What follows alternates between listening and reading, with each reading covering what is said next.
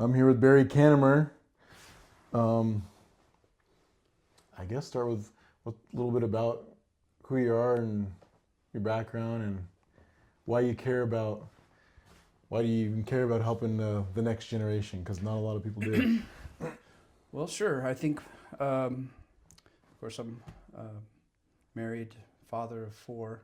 My kids range from ages 28 down to my youngest is 17, so he's still at home.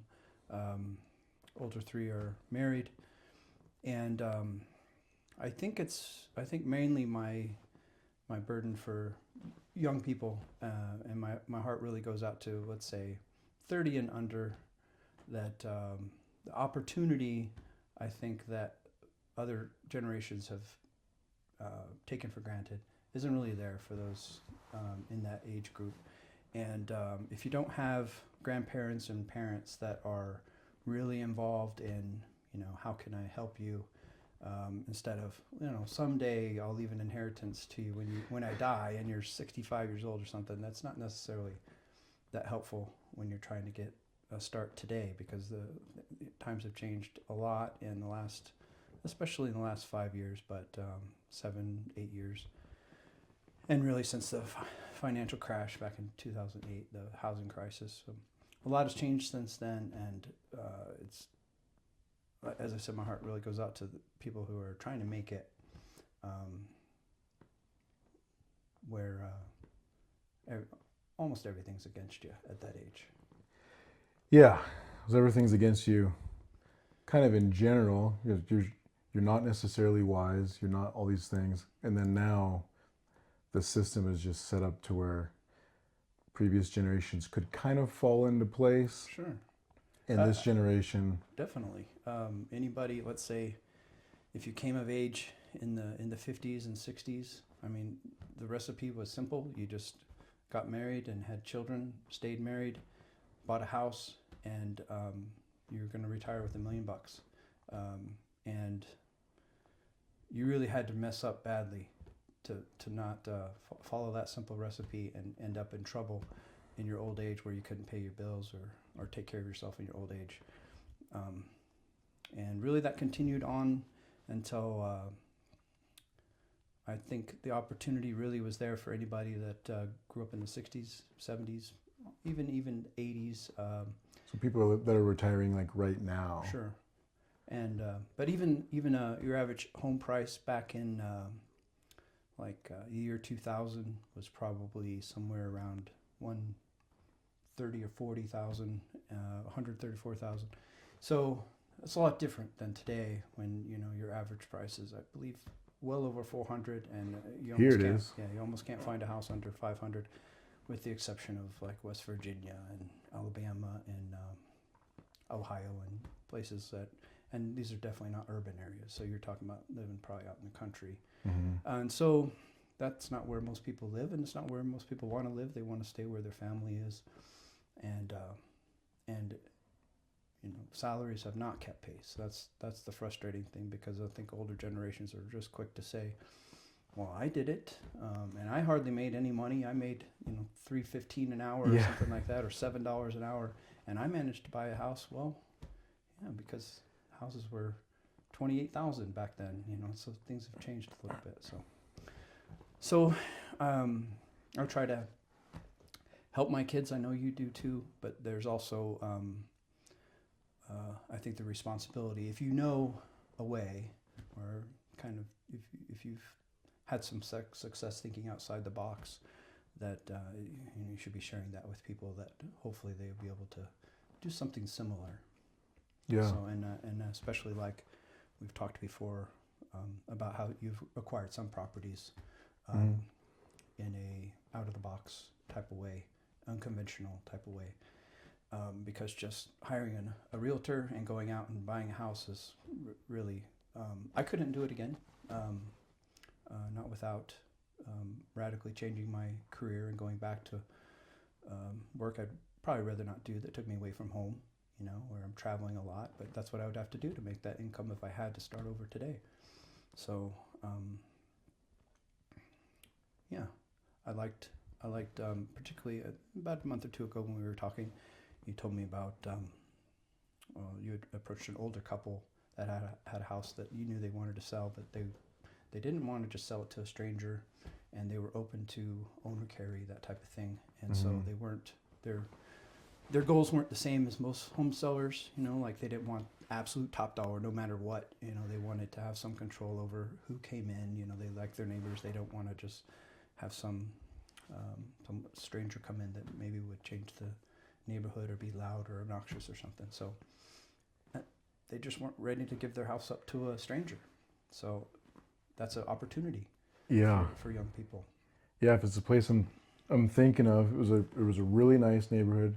They were doctors. They were like multi-generational doctors in like a neighborhood of there was like a judge on the street and all that. So that was a concern. And they got hit up by a bunch of just investors that just wanted to give them bottom dollar because then they just wanted to gut it and turn it into some money thing, and they didn't want that. And so, yeah, we were a young couple with a family. We did have some cash, which helped, but we were in a spot where we weren't lendable, and they vetted the heck out of us. Sure. And then it ended up working out, yeah. And God really set it up to work out even better than we thought. But we helped her out, who she was probably 90, and her son, who was in his 70s, trying to help her. Mm-hmm. Yeah. And so then but you've kind of flipped that into, because I was just thinking, well, I want to buy this house, and how do I do it? Mm-hmm. And I got creative. But you're thinking that of a way for young Gen Z people and millennials now, if Sure. they haven't bought a house by now, they're in the same boat. So what's your twist on that? Yeah, there's really a growing animosity. I'm on X a lot. Hate to say that, but it does suck up a lot of my time. But that's how I get my news. But there's a lot of animosity between the younger generations and boomers and the silent generation. And Yeah. the idea is that these older people don't necessarily, and they don't for the most part, understand how much things have changed. And then they're sitting on, the number is 8 trillion or something like that. They're sitting on this enormous amount of wealth. Wow. And I think most of them, it's really fair to say that they're generally very selfish.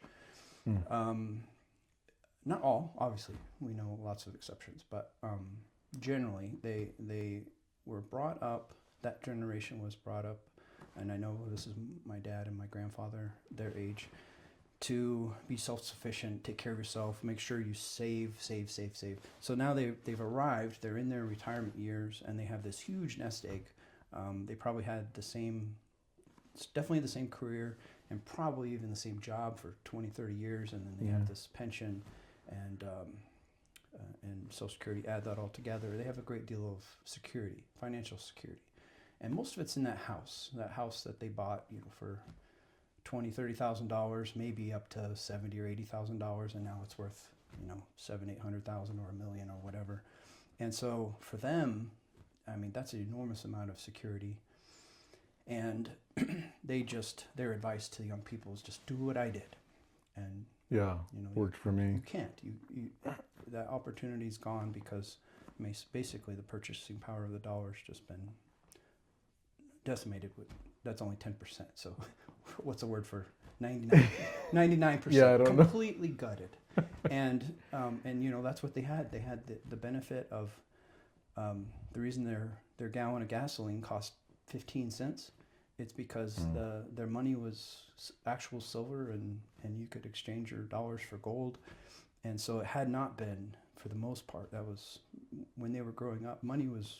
So they're coming real. of age. It was tied to gold. Yeah, and if you do the conversion now, one dime, a 1964 or older dime, is 90% silver, and the silver in that one dime is now worth between $4 and $5. So if you just take a dime and say how much would gas cost today, a gallon of premium gas, if we had our money was real, if it wasn't just invented on a computer at the Federal Reserve and sent out $1 trillion every 10 weeks. And what that does to the value of the dollar, it borrows. When they create that money, it borrows. It basically takes value from all the money that's in existence. So it's a way of taxing everybody on earth that has a dollar in their bank account. You tax them, and Wow. every 10 weeks, there goes another penny off your dollar, purchasing power. And so that's been going on for 54 years, and there's not much left, and that's why if you were to take that one dime valued at $4 or $5 of silver and go buy a tank of gas, I mean, literally a gallon of gas today, if we had real money, would be less than 10 cents. It'd be about 7 cents. And what young person wouldn't be like, hey, I can afford to fill up my tank? But that's what's happened, and it's not their fault. It's not their fault that the currency's just been completely debased to where now there's less than 1% of its original purchasing power. And so how can we help people in that position today? Whether you're 40 years old and just found yourself divorced and paying alimony, and what do I do now because I'm starting over, which is just about the worst thing that can happen to a man is get divorced, because you're starting over, but you're behind the ball. Your best case scenario, you're cut in half your net worth, and then you're probably paying money out through alimony or child support or whatever. So in a way, it's worse. And your legacy's been cut out of your life because your kids are, I forget, it's like 70-80% of the women take the kids. Yeah. So it holds true that the common denominator for most wealthy, successful people is that they got married young and stayed with the same husband and wife and had children, and basically just stayed together. Do whatever you can not to get divorced, because that's what immediately destroys almost any opportunity that you have to accumulate and preserve wealth. And then on the flip side, not only is that the best recipe, but and I can say this, thank God that when you have multiple generation of faithfulness to God, then you have not only those marriages are preserved, but then you have the opportunity to work with younger generations to grow that wealth. And so it can be something that my grandparents and my parents sort of accidentally fell into, just the way that we ended up living multi-generationally. And then my wife and I can look back and sort of intentionally do it now. So there's a lot, it's very powerful. The multi-generational family is probably, not only is it the way that most people should try to survive the next few decades, I think the good thing that we're seeing is a lot of families are coming back together, and they're that of like necessity. That alone is sort of made fun of. Like, oh, you live with your mom, and that has been sort of a some would make you an object of ridicule. Yeah, the basement dweller guy. But you live with your mom.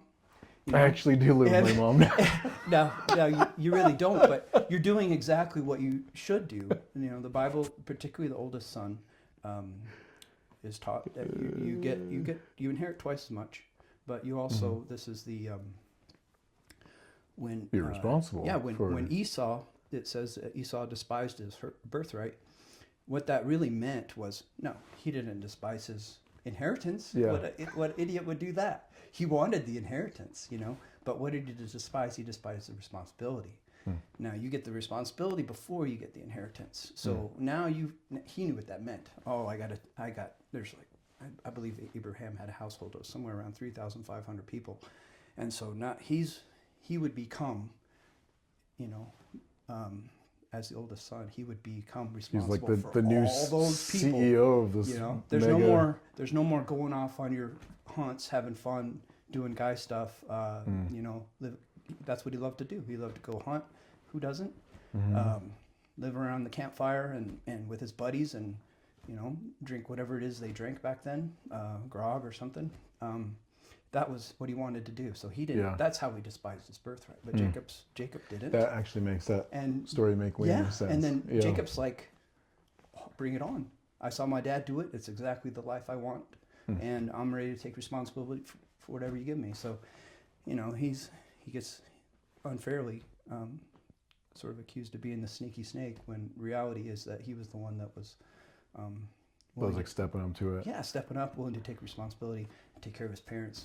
And not only that, there's a lot of parents in that 3,500 people that, you know, when you're out hunting by yourself, you can make good time. You might cover 20 miles in a day. But when you got people in the 90s, 100, 140 years old, that you're responsible to take, you're not moving very fast. Yeah. So, Well, so you're making me think, right? Because we're kind of starting talking about inflation, which we didn't name it yet, but that's kind of what you were talking about once we left gold. But it's kind of a deeper cultural, it's almost this like rugged individualism, like you hit 18 and good luck thing that we can kind of point to. yeah, which was my dad. My dad was that guy. And it hit him like he was not happy when retirement came, and then all of a sudden, he was fine with my grandparents. You know, 1983, my grandpa was only like 62 years old, and he retired and built a house on our ranch. My dad was fine with that because this is help. You know, he's super healthy, 62-year-old man, and over milking cow twice a day and building, you know, fixing fences. This is your granddad? My grandpa. Okay. Yeah, he grew up a cowboy in Oklahoma, so he knew all about work, and he loved to work. I mean, he was, even if you couldn't keep him from working. Like, Yeah. you know, he's up early, 28 years in the military, he's up early, and he wanted to work. And he's a solid Christian man, so he found pleasure, I'm sure, in, you know, he just knows God's smiling down on you. You know how you feel when you're working. Yeah, a good day's work, yeah. And especially when nobody sees you. Like, you know no one's going to tell whether you do something a little shoddy. No one's ever going to know, but God knows, so you're just like, all right, I'll give it 5 more minutes, it'll be perfect. And that's just how you work. That's how he was. And so my dad was all about, oh yeah, come on out, build your house. And of course, So he wanted Dad's help. oh, he got the help. He got Which the is help great, yeah. from 1983 until he couldn't take care of himself, starting in about 2012 or 2014, something like Oh that. my goodness, like 30 And so years of that's help. a long retirement, and Yeah. he was actively helping on the ranch that entire time. In fact, I would say he did 90% of the daily Wow. labor and chores, including fixing fences and stuff. And we were at school. Now in the summer we all worked together, but he ran it. I mean, and my dad got upset when I told him that. I mean, who do you think's been taking care of this place for all these decades? And then he finally admitted that it's true, you know, because my dad. So then how was your dad different? My dad was working, you know, 70, 80 hours a week. Yeah. So, but now I lost both my dad and my grandfather, so it's very difficult to do with Just one guy. with one guy, Yeah. one generation, and my sons are coming up. So your dad wasn't that guy. He didn't retire and want to help, or No, how was he different? He that again, if you have a parent or grandparent that's, let's say, in their mid 60s to on until elderly, that is how that generation was brought up. You know, you leave home fairly early, you go to school, you get your degree, or you go to you get your trade, whatever, and then you take care of your family and get your kids, you know, raise them, whatever it costs. You know, you pay whatever schools they go to, you pay. They prided themselves in taking good care of their family, but at 18 or 17, whatever, when you finish high school, Yeah. you are on your own. Just get out. And of course, they got that job, and they expected to be there for like 40 years, right? Right. So they expected the next generation to do it. And they The didn't same ever thing. expect to help again. So like when my grandfather started needing help, my dad really resented it. Or if I said, hey, we're going to come out and visit, you know, after a day or two, he's ready for us to go home, because we're intruding on his retirement. Like, Yeah, his golf he's got tea time. Yeah, for him it was fishing and hunting, and you know, he really resented it. And of course, here, you know, I was at the time I was living a couple states away, and I would use my 2-week vacation. I want to go see Dad. I want to go out to the ranch to visit. And like I said, why is why is he not happy to see us, you know? But it's just that generation. Well, and even I'm just thinking of all this stuff as you're talking. Even like on the conservative Christian family values, whatever side, we talk so much about like the family unit as like the basis for all society. And that's great. I'm not necessarily refuting that. But how they define family unit is like you, your wife, and like your little kids. And then once they're gone, like they're gone and they're making their own little family units. Are you arguing that the family unit might be bigger than we were taught? Well, yes, definitely. Any mention of household in Scripture, there's 400, if I recall, about 400 mentions of the word household in the Hebrew and Greek. Every time, it's never never limited to just what we would call a nuclear family, a father, a wife, nuclear, that's what and I'm just your children. God says that He saved the household of Noah. So that was Noah and grown sons that were married, and they were considered Noah's household. Rahab, when she And she helped Israel. she helped the spies. I love the story because she lies, and that's what we're supposed to do to when we're confronted and evil wants to know something that we could easily tell them. We lie. That's what you're supposed to do. Not a lot of examples in Scripture of the appropriate times to lie, but that's one. Anyway, it says God saved her household. Well, she wasn't even married, so who is that? That's her father and his household. So she was still part of his household. So anytime you have a description of an actual household, if it says the word, generally it gives a description. Go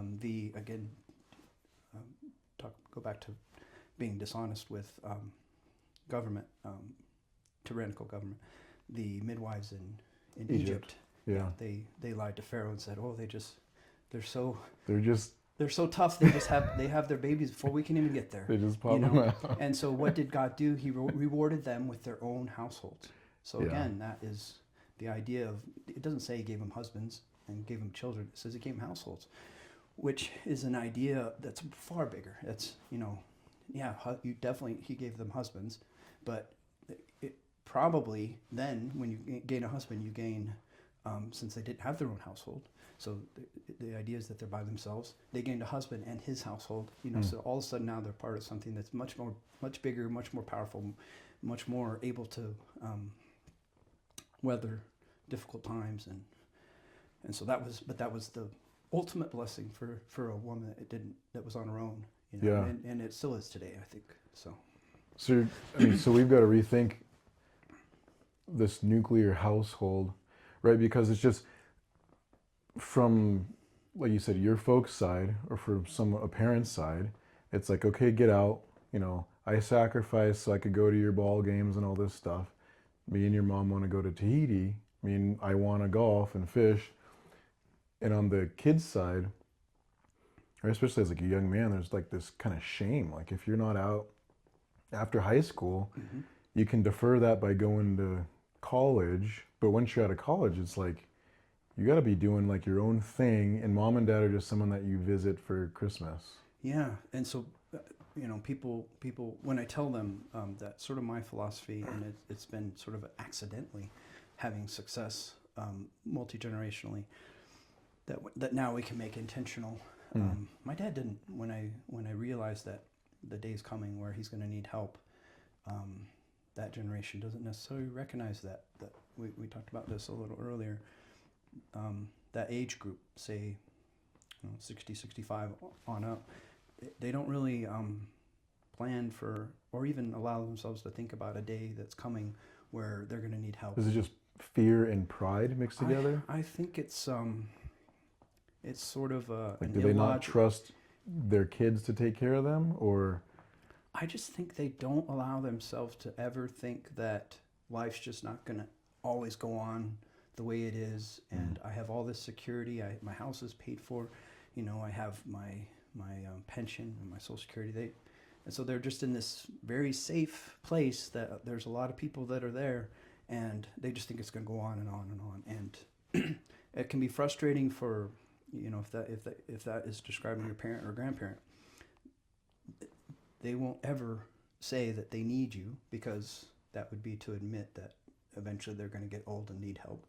So you let them pretend, because it doesn't do any good to confront them. Yeah. You let them pretend that this is going to go on forever, but you got to be close enough so that as they lose that grip on the control, that you are there to say, "Oh, you need a little help. Well, I'll coming over. I'm on my way over." And so, with my dad, I remember the night we were living at my grandfather's house next door.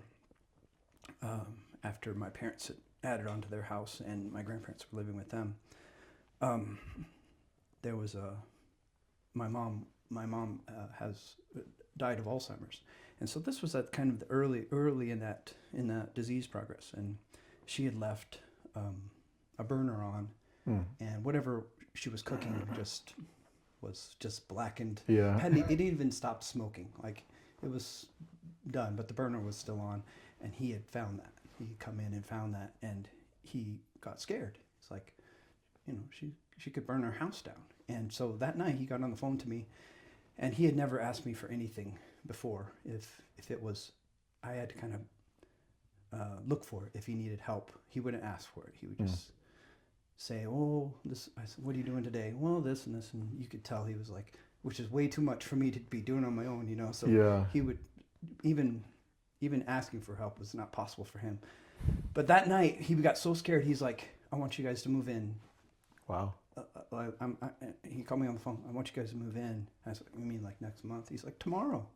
I said, "She's going to burn the house down. I need you guys over here." And of course, it's this giant house, and 3/4 of it's unoccupied, so there's plenty of room. But that's what it took.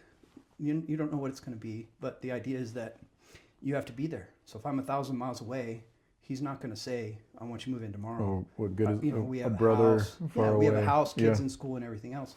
But if you're close enough to be there to help, even that father or grandfather who is just so independent that they could never possibly ever ask for help, and they probably won't.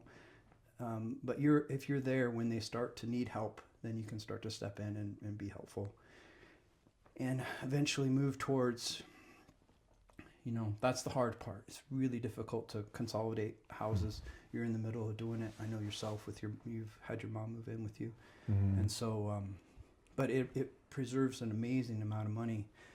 We brought my grandfather home from the nursing home after my dad passed and took care of him, and he was spending about $11,000 a month on memory care. Ooh. And I don't know about you, but there are a lot of months I don't make $11,000. So yeah, and not only that, that's after taxes. That's sitting in an account, so it's equivalent to way more. Vaporizing every month. That just that's like worse than taxes or something. That's what the government's counting on, though. I mean, they really are counting on it, because that atomized family. If you can just keep grandpa over here, grandma and grandpa over here, you can keep the kids here and the grandkids there, and they're each maintaining their own house. And then when grandma and grandpa get so old that they need to move into a facility, then that facility, the first thing they do is, what are your assets? Because all their assets, insurance. Because they're going to get it all. That nursing home that's the plan, is they're going to get it all. So if you let them, they'll get it. They'll get all of it. And so honor your father and mother. The commandment is the first commandment with a promise, blessing. A blessing, yeah. Which is a blessing. The first commandment with a blessing. So take that very seriously. So not only taking care of our parents and grandparents, that is our responsibility as sons. But the blessing, your God promises He's gonna bless you, and that it may be well with you in the land where I'm sending you. So it's kind of twofold. It may be well with you. That's good health, probably. Not that that's any guarantee in life, but if you don't do it, don't expect to live long, and don't expect things to be well with you. So I know that's unpopular to say. Old Testament law. Good reminder. People say it doesn't apply, but it absolutely applies, in my opinion. Well, people forget. I mean, maybe because they don't want to get metaphysical with it, but there is that, and then there's also just practically, like, if you're living a life that's honoring your folks, that's gonna compound into making an easier, better life for you, and you probably will live longer. Mm-hmm. Yeah. And as I said, the blessing's there for you as the son, but the blessing's there too for your children because they're watching you. And if let's say you don't take care of your grandparents, they live 1,000 miles away, and then one day you're like talking to your children, well, aren't you guys going to take care of me? Yeah. And they'll be like, and justified. Why should we do that? I'm Yeah. over. I got a career. We're just gonna do what you Yeah. taught them, cats in the cradle type thing. I got this job in some other state, and how could I move home? You need to move here or whatever. Well, they don't want to move. Your grandparents want to stay where they are. Your parents want to stay where they are. So you have to give up some of your independence, but that blessing in order to be multi-generational. Your parents, you minister to them. My dad, he didn't soften, and he died of cancer. His heart really didn't soften towards me and my kids until his last few days. Wow. Like his heart was very hardened, and Wow. most of that was he felt like he was robbed. Like he was only 77 years old, and when he initially got cancer, he was the summer before we climbed a 14er. So he Wow. went from this picture of good health to very quickly, and it wasn't all the cancer. Some of it was a allergic reaction to a drug that they gave him in surgery. Sure. That really wiped him out. But the cancer, which he had been diagnosed with several years before, so he knew he had it, but it hadn't really affected him yet. Mm. But he didn't soften until that last few days where he was finally like, this is it. I'm not gonna make it through this. Wow. I mean, he knew it in his mind, but Yeah. he didn't really let himself accept it. And then everything changed. Like his whole attitude towards me. Whenever I came in to see him, I always give him a kiss, and that was again his generation. They don't do that. Yeah. And so you could just tell he's like, what are you doing? What's all this mushy stuff? But Get I outta always here. did it anyway. And so finally at the end, he's just like, apologized, brought each of us in and apologized in very specific ways, which is, again, not typical of that generation to be so specific in an apology. So the blessing is there because it heals those generational difficulties. Like I think it's very typical between me and my father. And then again, your children see it. And so you never have to say to your children, you're going to take care of me one day, Mm-hmm. They already know because that's just what you do. Mm-hmm. And it doesn't mean they can't ever move away. I went away to college and I lived away from home quite a bit, after I was married.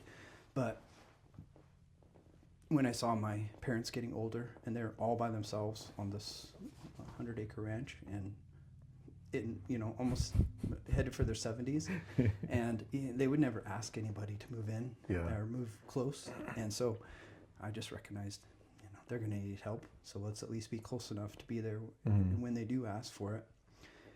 And then, as I said, you're not all those expenses related with end of life and elder care. All those are not. They don't happen. You're not spending.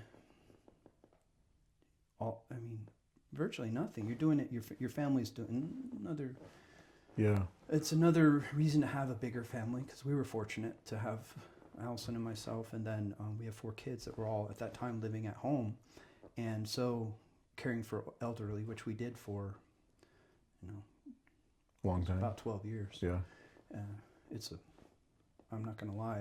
It's you're seeing it day to day.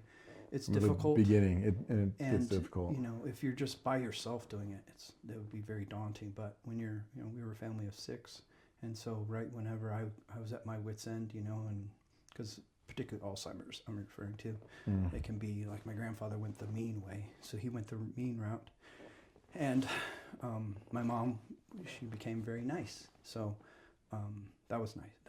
a blessing, because I'm not sure we could have kept taking care of her had she gone the mean route, because that's so difficult. But as soon as we're at our wits' end, then our kids would say, "You go to bed, we got this," And so that's amazing. Good. And then just those older, there's just something about an elderly person and their own grandchildren that they both give each other More life. grace, or Yeah, just that okay. it brings more joy into each of their lives. Yeah. And compared to, if you want to spend your last days in a nursing home in a dark room by yourself, unless you do something, that's how you're going to end up. Yeah. And then there goes everything you ever worked for is going to vanish in the last 24 months of your life to pay for that. And they're going to time it. They're going to give you the drugs until you run out of assets, and then they're going to give you the drugs to finish you off. And Yeah. hate So to they say can that, stop but spending on you. Yeah. they absolutely. I remember my grandfather. He was on hospice, and so they had given him like a month to live or something like that, and he was on all these drugs. I remember, and at that point he couldn't get out of bed, was incontinent, basically bedbound, and so we're like, finally, my dad passed away first. So once my dad passed away, we gave ourselves a month to get ready, brought my grandfather home, got him off all the medications, except for thyroid medication, which he's been on since like the 40s. And all of a sudden, he's up and feeding himself, and had him dressed, and he went to church with us for about a year, and went to a adult daycare type situation for people with Alzheimer's, dementia, and he had a really good life, where he just wouldn't have continued with all the drugs they were giving him. So that's just unfortunate the way that it is. There's really no advantage for them to make your life as healthy, and your diet's Jello and So really, you're making me hard think. drugs. Because we started out talking about people born in the silent and the boomers. Or I know, everyone does complain about the boomers because they had it so great, and then now millennials, and especially Z, and I don't even want to think of Alpha, but financially at least, let alone probably a lot of other things, but they're struggling. But you're seeing that this system, they're not necessarily sitting pretty either. They've got a nice house, and that's great, but they're not being taken care of. They're being robbed by the system now in their old age. Sure, yeah. So both sides are losing. Both sides are losing. In different ways. I think, obviously, when you're sitting on a house with $1 million equity, you have a lot more options than you do 22 years old with. True. But ultimately, those generations need each other, and I think that's what I would like to see people do is first look to your own parents and grandparents and find out how you can serve them and how you can bring those households together. Now, I know what I just said, that is extremely difficult to do for a lot of people. Just looking at how daunting it was to submit to my father, who is not someone that I ever really got along that well with. My grandfather was a lot easier because he's my grandfather, He was the fun one, and we worked hard, but he was also, when I crashed a motorcycle and I didn't want to go home with a crashed motorcycle because then my dad might take it away from me, so I took it over to my grandfather's house, and he'd bend it and fix it. He helped you work on it? Yeah, and he'd get it working again so that my dad never knew. And then here's some cookies, so taking care of my grandfather was much easier because you don't have that generational divide, which you have to be very aware when. I think the hardest situation is when you have a parent being cared for by a child, because generally, your whole life has been that parent just tells you what to do, and the reversal of that is weird for both sides. It's weird, and it's especially if you have other siblings that are like, "Oh, mom's fine," or "Dad's fine. He's just grieving," or whatever. Well, no, he's got dementia. You can't tell. They can't. No, he's fine. That's something else. But when you're close, you know them intimately, and you see them every day, you know that cognitive Yeah. decline is there. And other people, even the doctors, sometimes it's almost like they work against you too. Because I remember with my mom, we were trying to. All I needed the doctor to say was, you know, we're not going to let you drive anymore. That's all I needed him to say. My life would have been so much better. But, Instead of you fighting, because Right. their authority would have helped. of course, if I tell her she can't drive, oh my goodness. Yeah, you're abusing her. Yeah, You're she's going to lose it, yell at me, call my siblings and say how terrible I am, and I don't need that grief. But at the same time, she's going out on the highway at 35 miles an hour and driving through intersections and getting lost. And so you just need the doctor to say, I don't think you should drive anymore. That's Yeah. all I needed him to say. But oh my goodness, he They wouldn't wouldn't- do it. they He wouldn't. wouldn't do it. It's like, and I know it's because I'm sure he doesn't have a parent that has taught him Yeah. these hard lessons. You know, he hasn't had Maybe. to live through it. But it just feels like, in a lot of ways, you're on your own. You know. Yeah. So I want to hear your practical idea, because right, you're talking about X and this animosity, and I can't get married, so forget kids. And it seemed, so you think it stems back to like, because I can't find a proper place to live? Well, a place to live, but also it's very difficult when you feel like you can't afford to do any of the things that you should be able to do at age 22 or 24. Getting married, I should have my own place, but I'm renting this one bedroom, whatever. Or I have a roommate, how would I get married? The only place she's going to come live with 3 other stinky guys. Right. And so this just gets put off, and there's a lot of, I'm sure, guilt that surrounds it. Like, what's wrong with me? I can't. Yeah, shame. Right. I can't get ahead. Everyone else has been able to do it. I can't do it. And then the older generations double down on what is wrong with you? Sure. I did it. Yeah, I did it. I left house when I was 15, and look at me. And those are the people those are your grandparents and your grandparents. So I understand what I'm asking. To submit yourself to people like that, your family like that, is difficult to do. So what are your practical ideas on how to help remedy that housing issue? Well, I think. Or does it start early? Well, I think you have to be in close proximity if we're talking about your own parents or your own grandparents. So you have to be in close proximity to them so that when they do need you, you're going to be the first one they call, because that's what you want. And dementia is very, if you die these days without any kind of dementia, I think it's kind of uncommon. You're going to get some cognitive decline, and you want to be able to be there at the beginning of it, because what you remember, what people with cognitive decline, some kind of dementia, what they remember is a feeling. They don't remember what you did or what you said or whatever, but they see you and they associate that with a feeling, and it's however you left them last time. And if you left them feeling, it's so nice of him to come, he helped me, like, they're just going to see you and go, oh, that's my people, he's good, he's nice, and that's what you want. So you just want to be there from the time they first start needing anybody. You want to be the person that they call, and then it's just a matter of take good care of them, make sure all their bills get paid. Usually they have the money to do it. If they don't, then you're going to be helping with that. And then maybe their house is an appropriate place for them to stay, or maybe it's too small that your family couldn't move in because it's too small. So there's not really like a one size fits all solution, but eventually the idea would be that you combine their household, your grandparents or your parents, or all three, with yours, and maybe that works in a house that somebody already owns, or maybe you sell the 2 houses and buy one that's more conducive to multi-generational living. I think a lot of houses now are being built with that idea, like, this is where we even have a grandmother's suite, the ADU thing is a big deal, And because now, out of necessity, generations are having to come back together. And but keep in mind too that the Bible, Scripture talks about generations, but not only just your own physical blood offspring. It talks about spiritual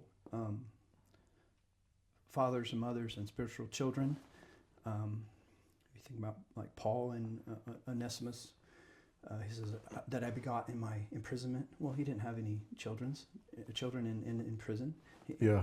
But begot means like spiritual. Like God used me to save him, so now he's my responsibility. He's mine. He's my son, and he, literally, that becomes his son.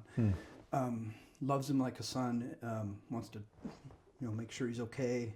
Wants to give him meaningful work, give him meaningful tasks to do, and put a lot of faith in him after that. So we also need to be aware that there are older people out there that don't have any kids, or their kids have abandoned them.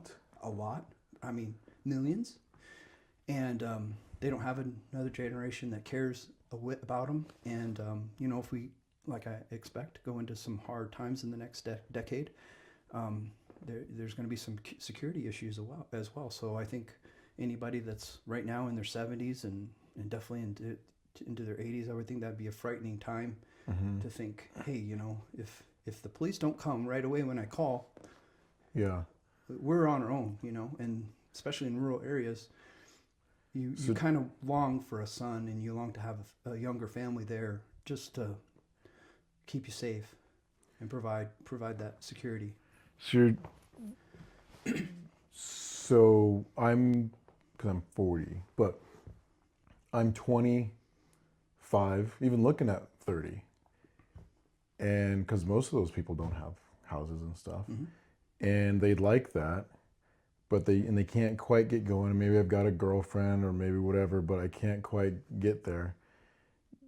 Are you suggesting I call mom and dad and say, look, I'm at my wit's end? No. I've got this idea, or that might work. Do you think the onus is on the with parents? Some people that might work, but I think a lot of parents. Yeah, because most parents are going to say, "Oh, you're just trying to steal my son." That's not my problem. I'm fine over I here. raised you. I paid for your right. So that state probably wouldn't school. be the best way to approach it. I think if we're talking about your parents or your grandparents, I think again just being the one that sees them on a daily basis, and so that they rely on you. Because here's what happens, and I saw this when I was in St. Louis. I worked, I was loss prevention investigator for Neiman Marcus group. So it's the kind of store, if you're not familiar with Neiman Marcus, even in the year 2000, 2002, you could spend, it's the kind of place you could go in and spend $2,700 on a pair of jeans. And so it's a pricey store. Yeah. Like a t-shirt, $170 for a t-shirt. Yeah. Very normal. And a lot of people shop there. So it was a real eye-opener for me to see people live that way. A whole different class how they live. But one of the things that I saw is they had a salon in the store. And generally, I'd say it was a mixture of maybe about 10, 15 employees, half women, and then the other half gay men, of course. I think me and maybe two other guys, probably the only straight men in the whole building. Wow. Most days. Yeah. So it was just that kind of a culture. But here's what happened. These old women, generally old women, 80s, 90s, they come in and they have money. Obviously, they're coming in to have their hair done at Neiman Marcus. It's not the salon down the street. So they're probably paying, even back then, 25 years ago, several $100s to have their hair done. And these guys, they're open with me about it. They're like, oh yeah, she left me her house. I'm not kidding.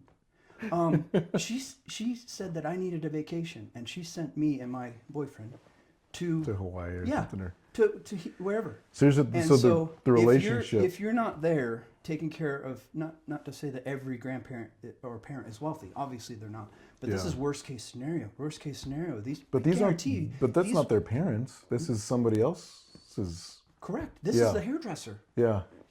But they see them on a regular basis, probably every week, and these guys are they're snakes, and so they're like, well, what do you need? And so they're there for them. They took them meals, they took them whatever they need. You think that they were manipulating them? Oh, absolutely, absolutely, and that they were sort of bragging about it. Yeah, she left me her house when this other lady died. She passed away. She left me her house, and her kids are so upset. Oh yeah.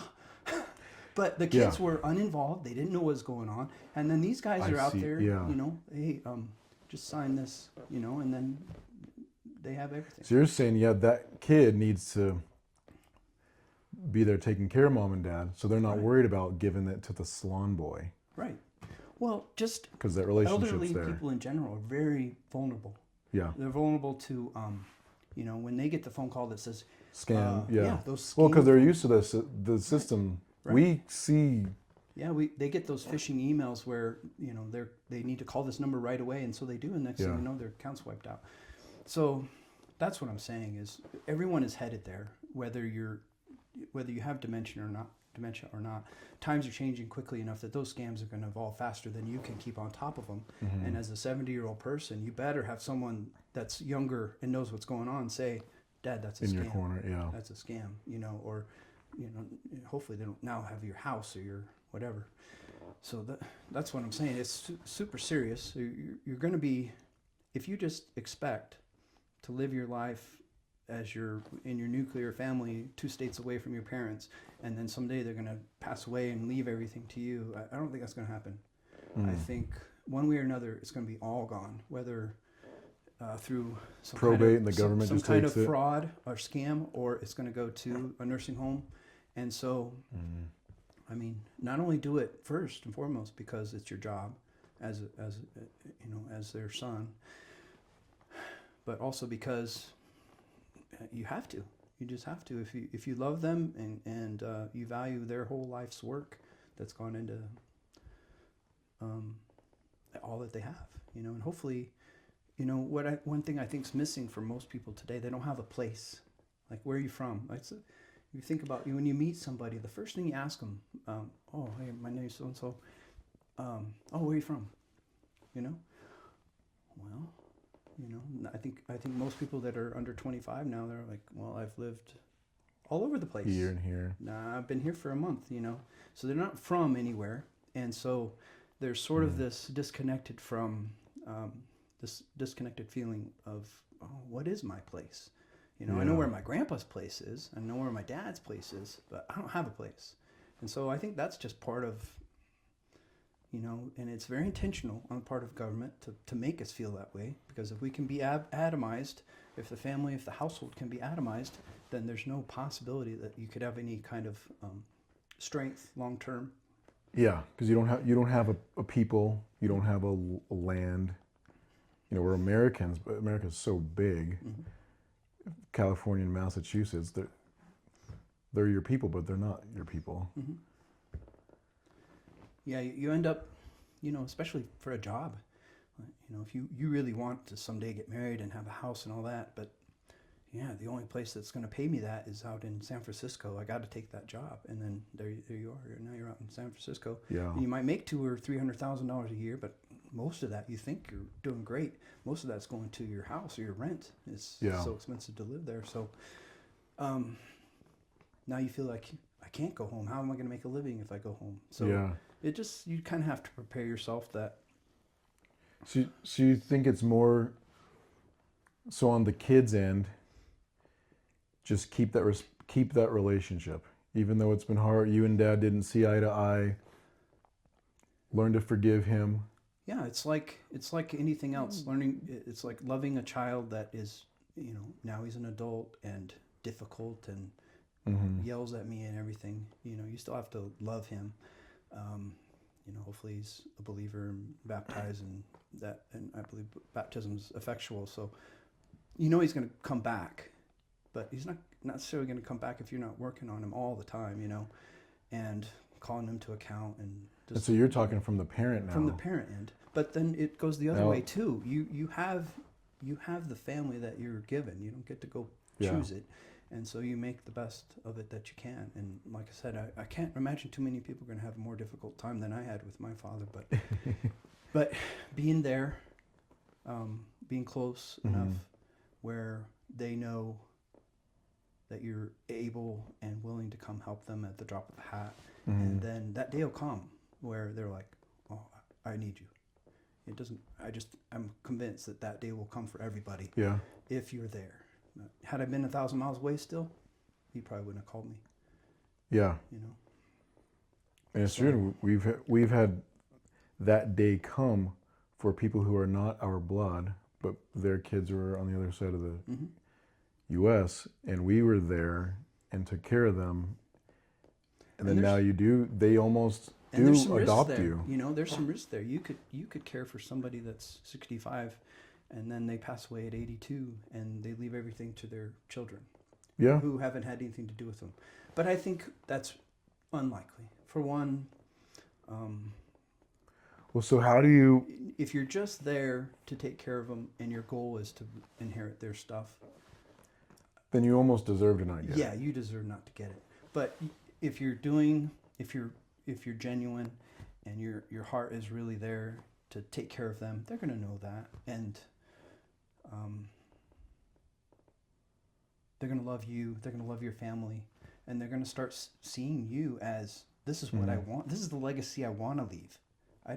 Yeah. Now, I think biblically, scripturally, it's sinful to leave an inheritance to an apostate son, to a wicked Okay, son. I see. Yeah. I think it is. I think you can show that from scripture.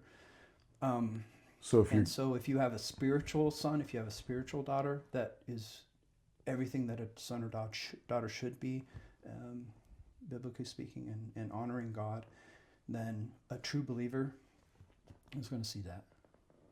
okay, yeah, well, that ties it all. Yeah, you know when someone's genuine or not. So then you were talking before the mechanism. So say you've got both parents on the same page. I'm 65 and I don't have like dementia, but I'm 65. I had my kid at 25, so he's 40 now or whatever. And I want to do this. Your idea was, it was almost kind of that owner carry idea, like that I had done. What's the mechanism? Describe that. Yeah, I think in a situation where you get, and this is probably the most common situation. So you have an older couple, let's say 65 years old on up, and they have this 3-4 bedroom house, and they've owned it since the 80s, and they don't belong in it anymore. They just they know that. They know this is too much. Yeah. I can't take care of it anymore. It costs too much to heat. They really know they should downsize, but they just can't.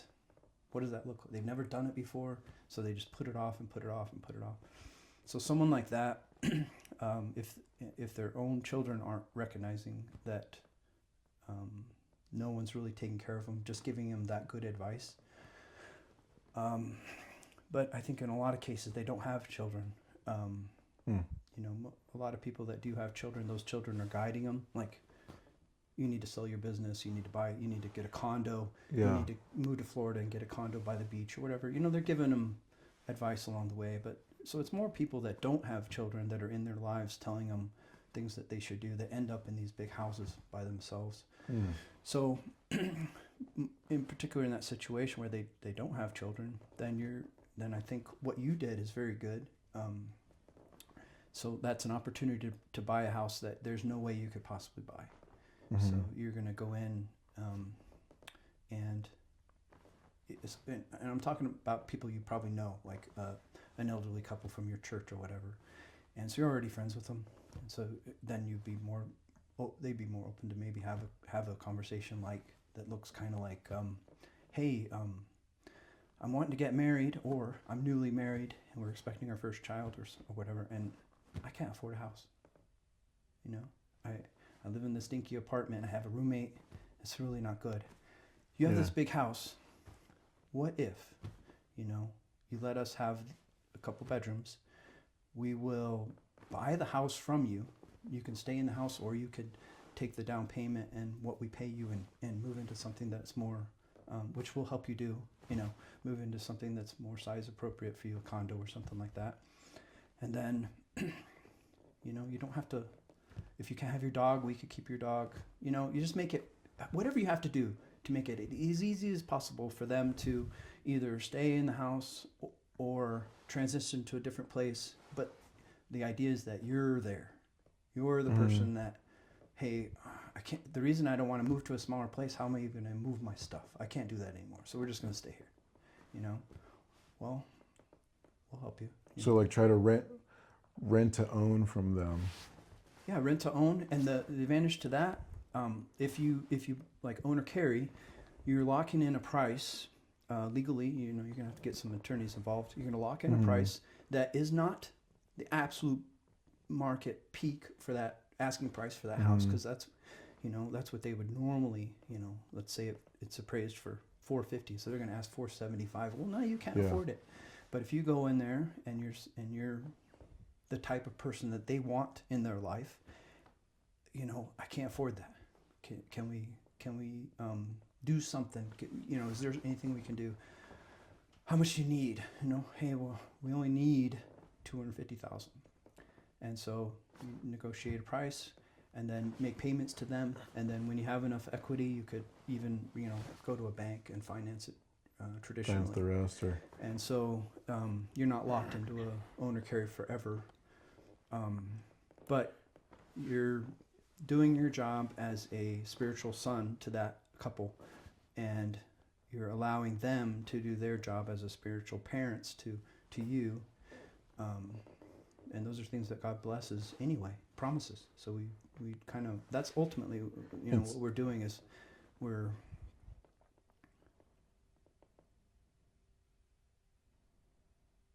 claiming, I hate that word. it's a good word. It's just it's been abused. It's a good word. But we're I like the word diversity. It's a bad word now. We're expecting the blessings. We don't know what they look like. You know, maybe they're financial. Maybe they're, you know, when I look at my own life, primarily my wife has been the biggest blessing. So, I'll tell you a quick story. We never lived close. My wife and I never lived close to my grandparents until they were elderly. But even when they were younger, in their 60s and 70s, I started dating my wife at 17 years old in high school. So I was bringing her around even to Colorado way before we even got married. For 8 years we dated. And so one of the things my grandmother said was, after we were married and we were taking care of them in their old age, she said, Allison, she's the best thing that ever happened to this family. I was like, isn't that a great thing? Yeah. And all my siblings are like, what? And then over the years, I've even had siblings come back and say, you know, she is. And so would God have given me another wife had I not really been willing to step up and take care of my parents and grandparents? Probably not. So you don't really know what the blessings look like. Yeah. And but at the same time, even though I can say that my wife has been more than anything the biggest blessing in my life, she's also preserved relationships which have caused, for lack of a better term, financial windfalls to come to me, which never would have had without her. Mainly just repairing relationships that I had just, you know, especially with my dad. It's just beyond repair. It's beyond repair. We're not going to get along. You know, I'm just going to go see him. He's going to say some hateful stuff, and I'm going to say some hateful stuff back. And then that's it. I'm done. We're never coming back, you know? Yeah. And then she'll just come in there and do what she does. She's like, well, you know, Barry, he's hard to get along with, but, you know, if you give him a chance, he told me this, and, you know, he really wants to, you know. She goes in, and I don't know what she says, magic stuff, and fixes stuff, you know. And so that's what everyone needs, a wife like that instead of the contentious wife that destroys everything, tears down her own house. You need that wife that fixes all the stuff that as guys we don't necessarily realize the damage we do sometimes. So, but blessings, that's what you have to. Yeah, just when God says honor your father, mother, and then there will be blessings attached to it. Just trust that there is, and you don't know what it's going to look like, but I'm guaranteed they're there, because it's not a lie. I know. Well, first steps, like if I was, kid at our church, I really like him, Judah. He knows if he comes up to me that he's not getting away for at least 30, 45 minutes. So he doesn't usually come up to me. But like today, he came up to me. I could tell he wasn't avoiding me. I'm like, okay, you know what you're getting into. And I usually give him an earful, and I'll tell him, I know if I were you, it's got to be daunting, no matter how much money you make, it's not going to be enough. And if you don't have parents and grandparents that are helping you, if you don't have family working together, I mean, that's just got to be demoralizing. Because he's like 20 something. Yeah, I think he's 20. And he just got married. Yeah. And so he's like, what should I be doing? Well, the first thing you do is take whatever you can afford. And I know that's like, hey, I can't afford anything. But that's not true. You figure out a way, take on another roommate, figure out a way that you can take a piece of every paycheck. It doesn't matter if it's 5 or 10%. Just do it. It's called dollar cost averaging, and you're just going to do it every time you get paid, and go buy physical silver. Don't get invested in the stock market. Don't open even a 401k. But why metals and not because not Disney or investing is Apple. The simplest rule to investing is that you buy whatever's cheap and you sell whatever's expensive.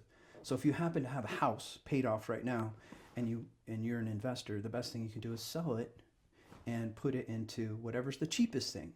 And the cheapest thing on planet Earth right now that is a investable asset is silver.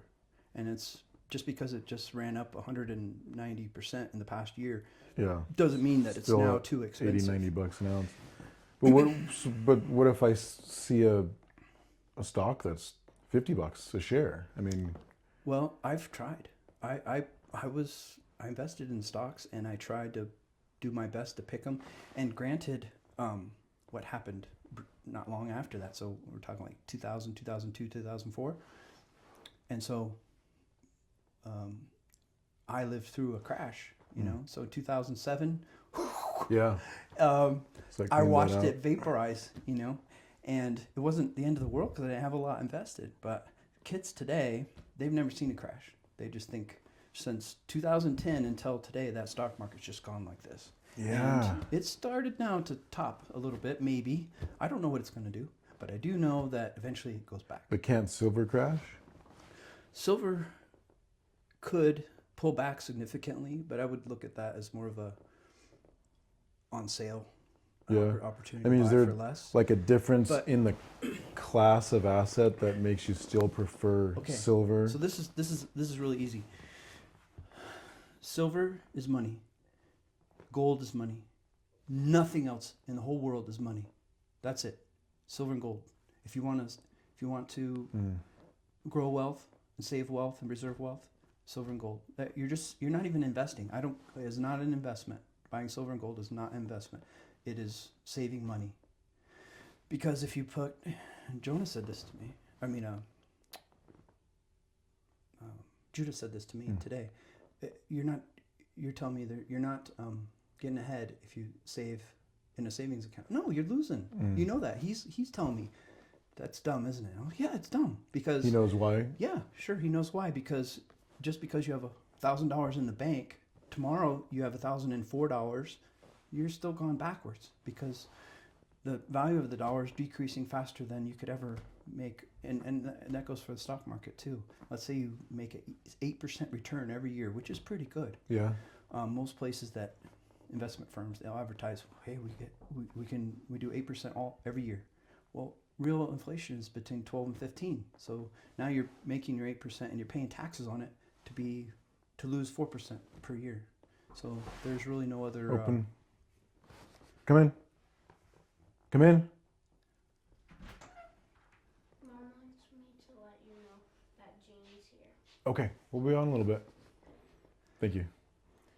Yeah, so silver and gold are money, and nothing else is money. And so that's why it can't ever significantly pull back because it's the money. So even if, I don't know how it would, but silver drops to, I don't know, $1 an ounce. Well, it would never do that, but I could see it going back to 50 or something crazy like that because a year ago it was at 30, and last week it hit 94, and then pulled back to like $88 an ounce, and crazy stuff.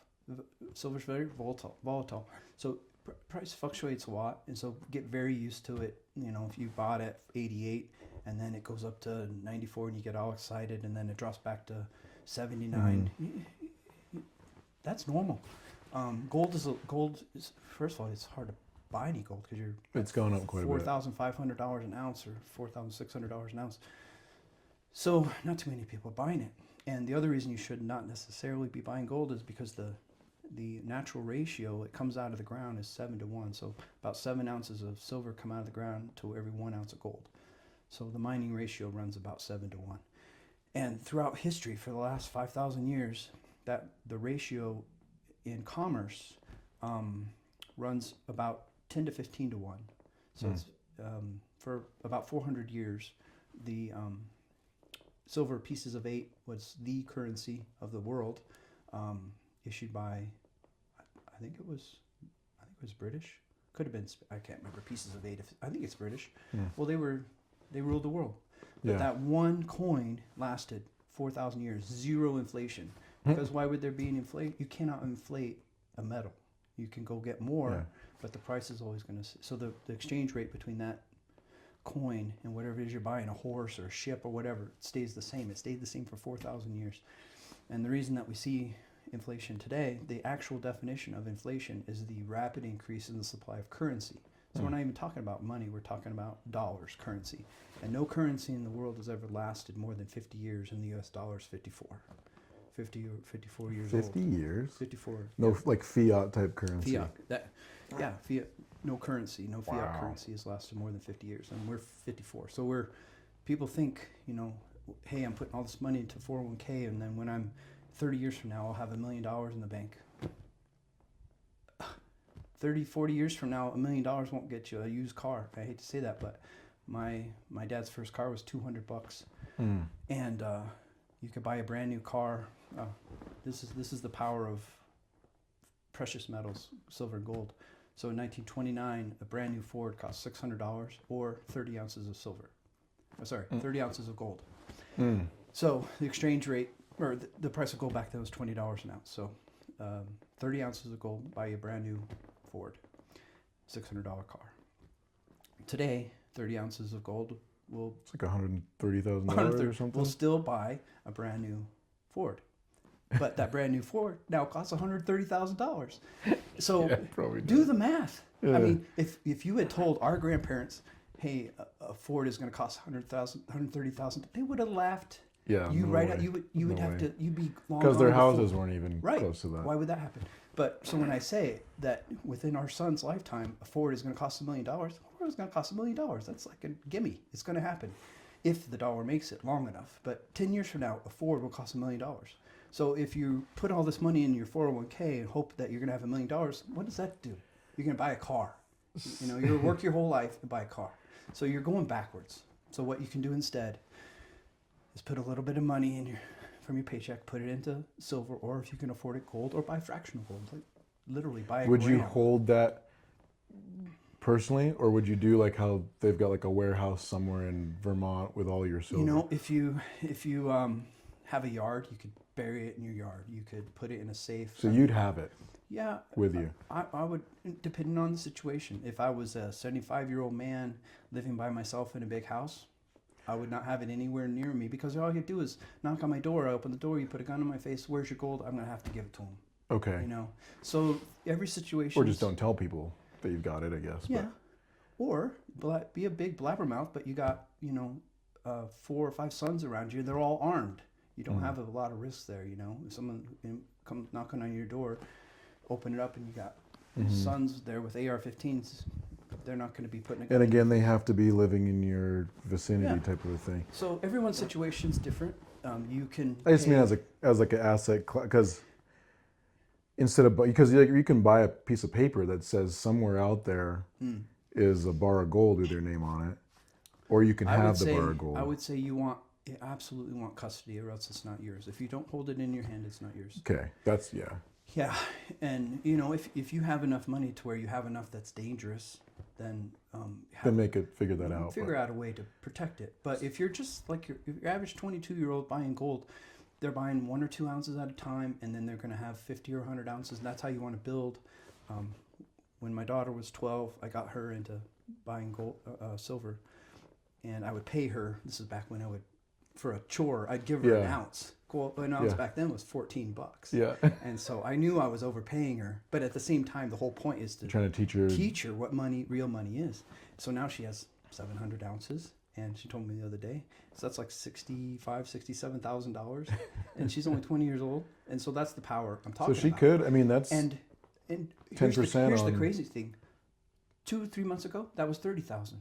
That's how rapidly it's increasing, and not to say that will continue absolutely like that, but the idea is that eventually you'll stop thinking in terms of dollars anyway, because the dollars, that is not silver going up 200% in 1 year.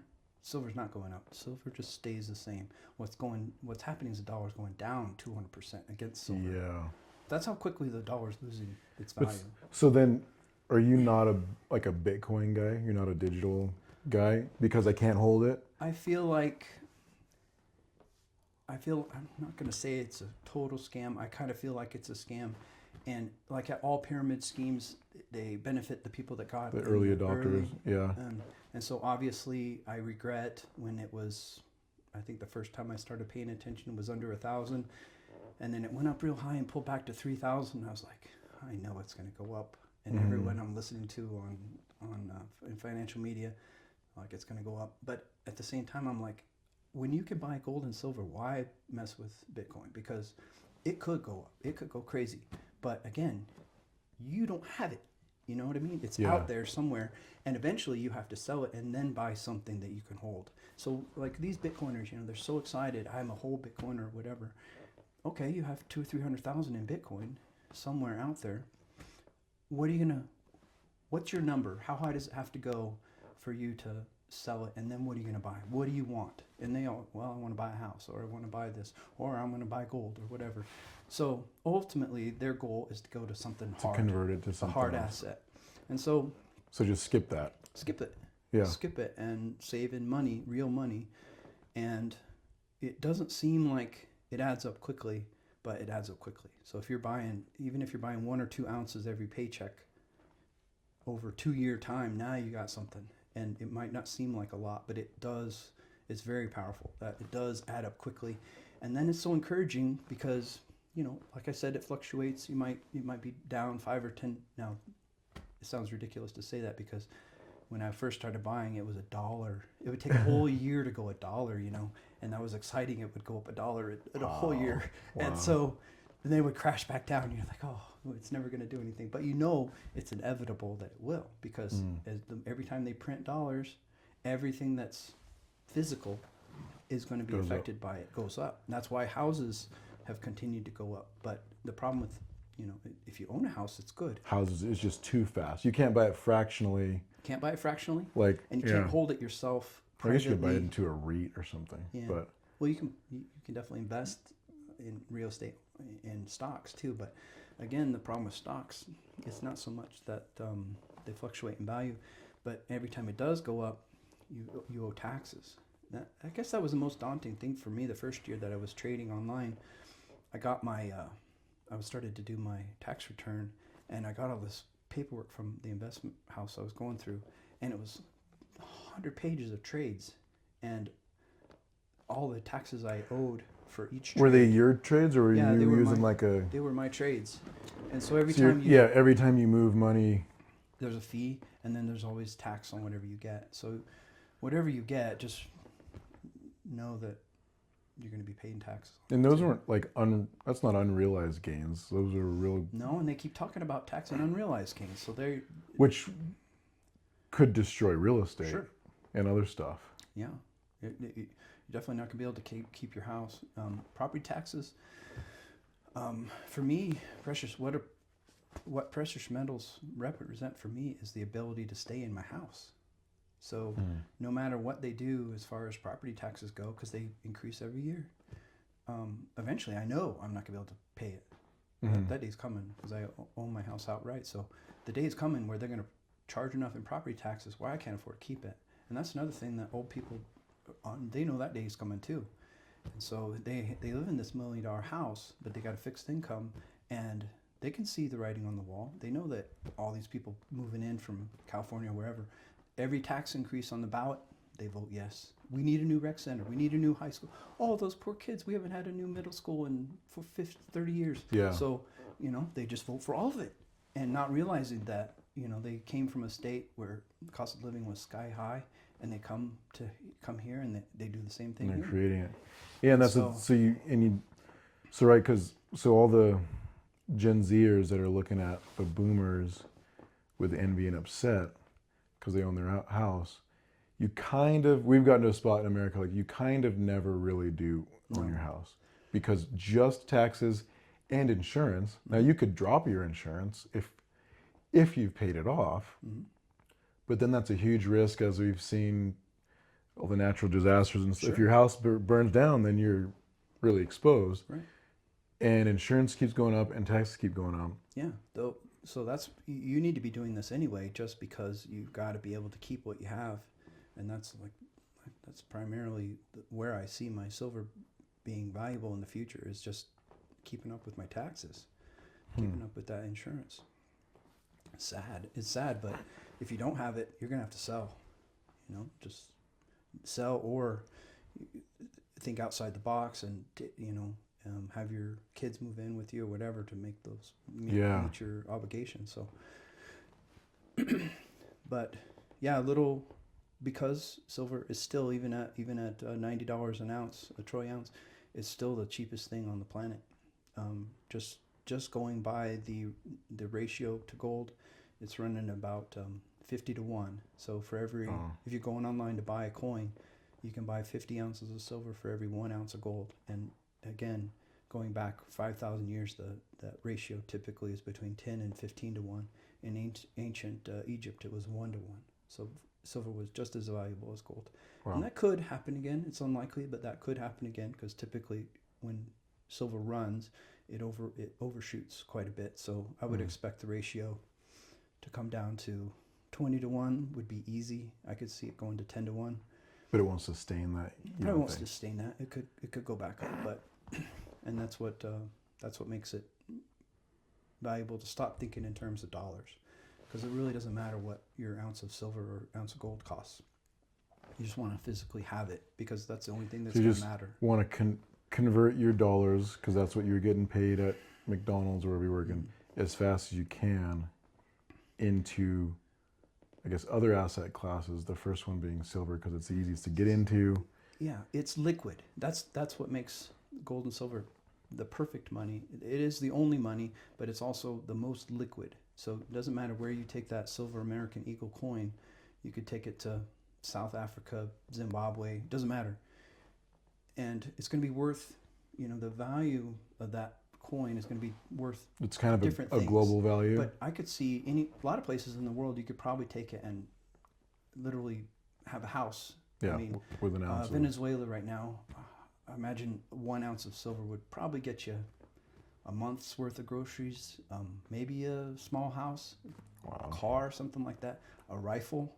Wow. And that cost you $90 to buy. And as currencies collapse, and they're starting to collapse, Turkey, Iran is in complete collapse right now.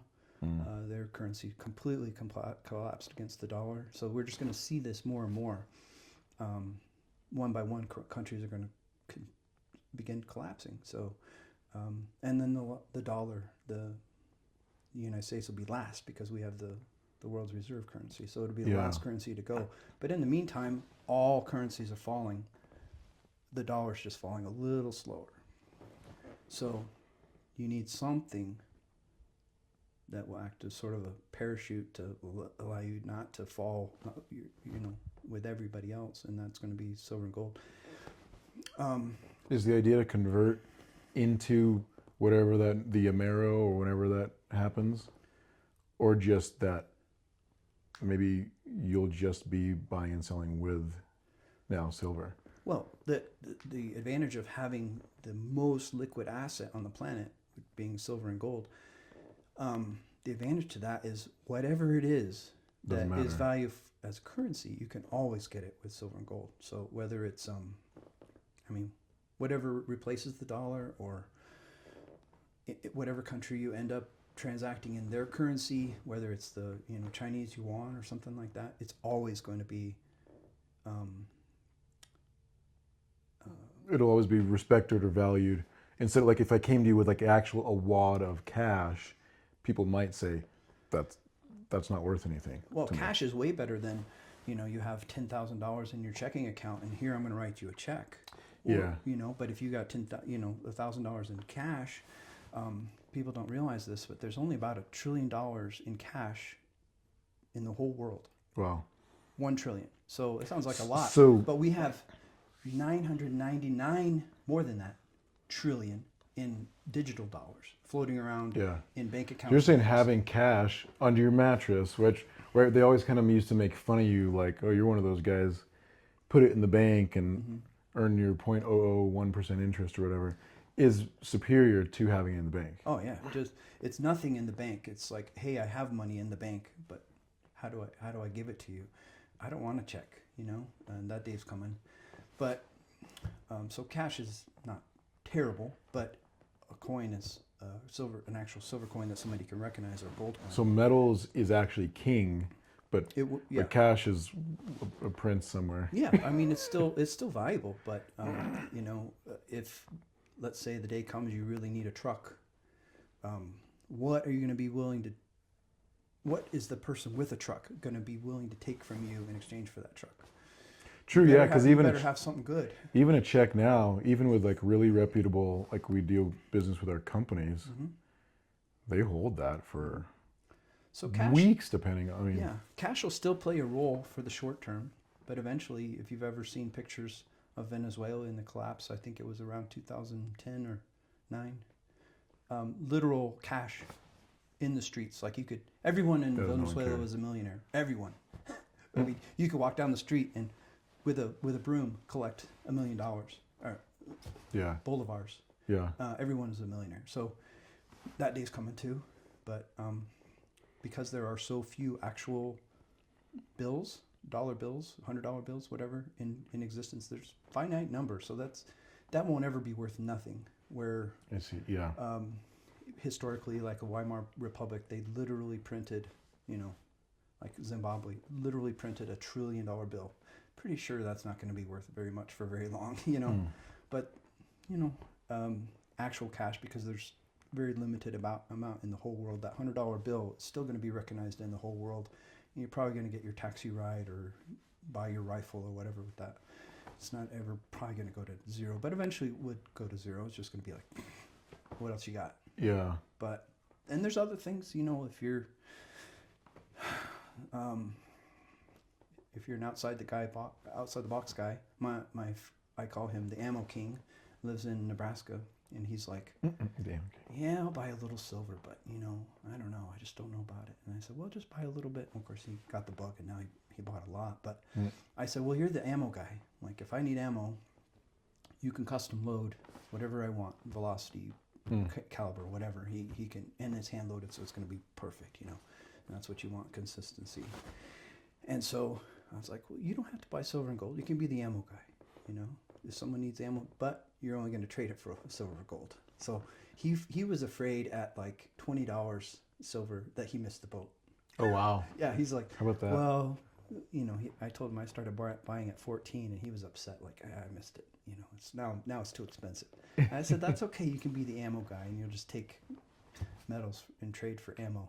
And he liked that. But then he's like, then it pulled back in 2019 March. It pulled back to 14, and he's like, oh, he got excited. And now we text all the time because he's doing really well.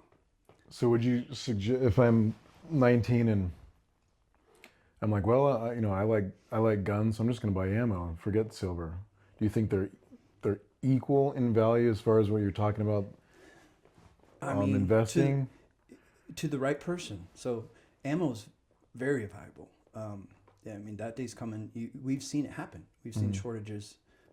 All the president back then, Obama, all he had to say was something just nebulous, Yeah. negative about a particular gun, And within minutes, all those The it was gun would sell out. yeah, All its ammo unavailable. would. Yeah. And same with ammo. He'd say something about, this kind of ammo shouldn't be legal. And then you go online and it's unavailable anywhere at any price, you know? And so, yeah, you could be the ammo guy, but it's not as liquid as silver or gold. So let's say you go to the farmer's market and you want to buy honey, you know? Well, I've got some 223 Yeah. ammo. Only a certain kind of You guy's know, gonna accept that. I got that. You know, that's not gonna get me to give up my honey, Mm-hmm. but someone might. You know, but if you have silver, that's universal. That's the universal money, and it's still cheap relative to what it should be. So maybe if I'm a young guy and I get, say I buy silver, now it's expensive. I mean, $100 an ounce, but I start buying silver. In 5 to 10 years, I can go to that elderly couple with like, well, I've got this much, and I need housing for my new wife and kid, and then I convince them that we're gonna live in this part of the house, and just kind of make up some terms like, you know, we'll do X, Y, Z chores in addition to paying you, or whatever your terms are. And then in hopes of, you know, when you pass away, I'll have paid this off, or... No one's going to want to have a conversation that includes them passing away. Even your own parents don't want to have that conversation. So just play along. What my mom would say when I would tell her, you know, you're dying, you know, and she's like, well, you could die too. Yeah. Any moment. So, you could step on the road and get hit by a car. Well, that's true, Bob. But they're just conversations you don't have, because nobody wants to have that conversation. Nobody wants to discuss when I'm going to die. So you just say, you know, in the most loving way possible, we need you and you need us. And we're going to be there for whatever you need. And just kind of live that way, and live that way. It should hopefully naturally... Yeah, live together, worship together, serve each other. Because you just can't. The day is over where people can just think about themselves and live for themselves and be selfish. I think God's done with it. He's as angry as he's going to get, and I think he's already pouring that judgment out. And anybody that's doing it, just living for themselves, and my kids will be fine, and I got all my stuff, and I'm secure. God's not going to bless them. Not going to continue to bless that, I don't think. So I'm just... the only reason I keep asking that point is just, how do you protect yourself from... I've been renting a room from this old guy for 15 years, and when he inevitably kicks the bucket, then his kid comes out of the woodwork from Nebraska and is like, all right, time to get out. Well, this is mine. You do just like you talked about. You protect yourself as far as, listen, I can't afford your house. You have a great, beautiful house, and I know you've lived in it a long time, and you know, I'm working hard. Here's my, you know, demonstrate to them. I've been in this job for 2 years. I've never taken a sick day. I never miss a day. You know, I'm working hard. I want to get married, or I'm newly married, whatever. And so you can see I'm making the effort, you know. And what would you think if we moved in with you? You know, you could have you want to be careful. You want to make it clear that they have their own space, because that's what they don't want to give up, their privacy. They want your help, but they don't want to give up their own control. Yeah. And, they don't want to get scammed by you. They don't get scammed. Yeah. And just say, what I would like to work into is, you know, you sell it to me, and I don't even care how long it takes. You know, I'm just gonna, here's how much I have saved, and here's how much I can afford. You think we can make something work? And I think there's a lot of people that would be like, yeah. Well, I have to think about it, you know. And then they might think about it for a month or two and then call you. But eventually, that human nature gets overridden by the reality that I need help. and you don't know what it's going to be. You know, in my dad's case, it was my mom almost burning the house down with Yeah. the stove. You don't know what it's going to be. It could be just something that scared him, like, you know, someone came around, was trying to break into a window or something, Yeah. and then I turned a light on and they ran They away. left, but you now know? I'm spooked. But now he's thinking like, what if I slept through that? You know, Yeah. now he's thinking worst case scenario, which is true. Yeah. Old people should not live by themselves. It's not safe. Like I said, whether it's fraud by email or phone or whatever, anybody that can contact them will figure out a way to defraud them. And just physically, it's not safe. You know, just about the most dangerous situation I can think of is a elderly couple that's wealthy and living in a house and everybody knows it. Like, Yeah. you know, even if you were, let's say, some unsavory person, he does some lawn work for him. He's not a thief. He's not a villain, but he knows one. Yeah. And so he goes and says, "Hey, I got the gate code to this house, and they mentioned that they're going on vacation." You know what I mean? So he's not going to do it himself, but he knows someone will give him Yeah. $1,000 for that information. So Yeah. it just think that we have a lot of things in the world that are so today that just shouldn't be, and that's a big one, that we just have this separation of generations, which is really, you know, the chickens are coming home to roost in that respect. The bad things are finally, I think, gonna start happening. And you're right. I mean, that's how that worked when.